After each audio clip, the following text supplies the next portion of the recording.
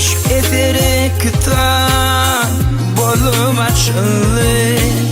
Ey Perivat, sana duşan günümden, cemalından kalbime nur saçıldı.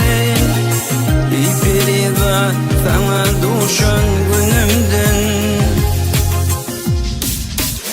yaklattın yaşlığım aşka düştüğüm. Kudretini özüne zatlan piştin. Başım sonsuz kuvvalara koştum. Perivat, sana duşan günümden. Sana duşan da, sana duşan günüm. Perivat, sana duşan günümde. Sana duşan da, sana duşan günüm. Perivat, sana duşan günümde.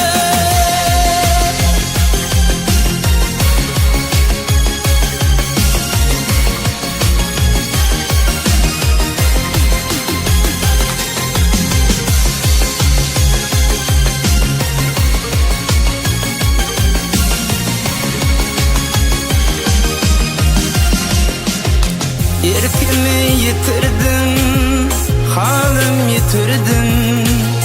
Senden başka bar hıyalim yitirdim. Ne sevda